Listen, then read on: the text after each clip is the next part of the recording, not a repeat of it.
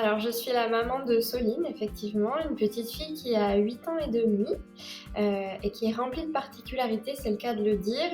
Soline, a différents troubles qui se juxtaposent. Donc elle a, un trouble des apprentissages, un trouble de dysrégulation émotionnelle, certainement une hypersensibilité, et des troubles du neurodéveloppement. Qui entrave du coup des apprentissages qu'un enfant lambda pourrait faire de façon classique. Ma fille, son handicap est invisible, donc quand elle se met à réagir en mordant, en griffant, en étant dans l'opposition de je ne veux pas faire un exercice, je te l'ai dit, c'est clair, je te l'ai dit, je ne le ferai pas, on peut se dire qu'elle est désinvolte, qu'elle est mal élevée, qu'on lui a pas appris les règles, que c'est une enfant trop gâtée, que si on faisait différemment, peut-être que ça se passerait mieux. On peut être très vite dans ces représentations-là parce que c'est déstabilisant, un enfant qui réagit de cette manière-là.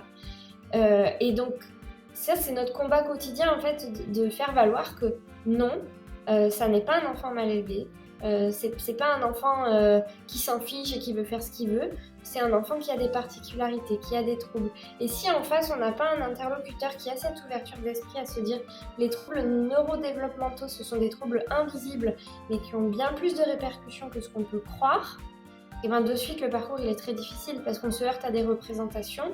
Si on reste que dans les représentations, on n'avance pas en fait. Et puis après, ce qui a été difficile, c'est que la maîtresse spécialisée nous disait, en fait, elle a un côté très rebelle, mais en même temps, elle a un vocabulaire très soutenu, elle est très maligne, très intelligente dans ce qu'elle fait. Et finalement, la maîtresse elle-même du RASED nous a dit, je suis démunie, je sais pas, j'ai pas quelque chose de net, de franc pour vous dire, là, il faut aller voir un orthophoniste, ou là, il faut aller voir un psychomotricien, ou... Et donc, du coup, on était dans cette espèce d'errance où petit à petit, en plus de la maîtresse du RASED, se sont intercalées des équipes éducatives. Ça, c'est... Au début, on se dit, c'est super, on va pouvoir échanger sur ce qui se passe, ce qui se joue pour notre enfant. Et finalement, quand on arrive à l'équipe éducative, ça fait très tribunal. Alors, je pense que travailler ensemble et d'arrêter, effectivement, d'un côté les parents, d'un côté les enseignants. Enfin, moi, je le vois quand on arrive à être tous ensemble autour de la table, sans... Alors, ces réunions sont très anxiogènes pour les parents, parce qu'effectivement, c'est vraiment difficile. Donc, le conseil que je peux donner aux parents, c'est de se faire accompagner. N'allez jamais dans une réunion éducative seul.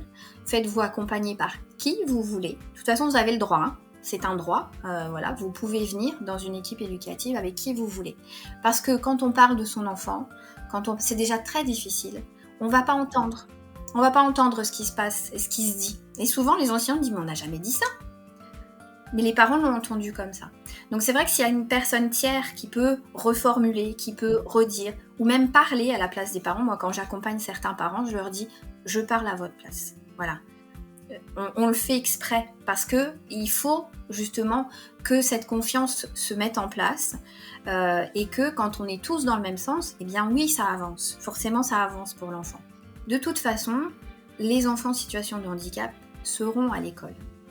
Sont à l'école et seront à l'école. Alors peut-être pas tous à temps plein, peut-être pas tous toute la journée, toute la semaine, mais ils y seront. C'est les politiques, la politique publique qui le veut, c'est le sens de la politique aujourd'hui dans le système inclusif. Oui, il faut des soins, oui, peut-être il faut un accueil ailleurs de temps en temps, mais la place à l'école, ils l'ont et ils l'auront. Donc, il va falloir penser pour ces enfants.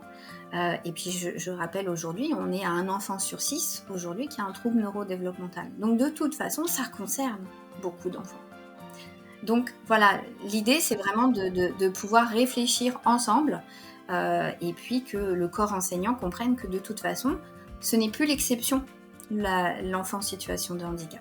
J'aimerais leur dire que parfois il faut oublier ce qu'on a appris, il faut se faire confiance aussi les uns les autres. Peut-être aussi de se former, d'être un petit peu plus ouvert.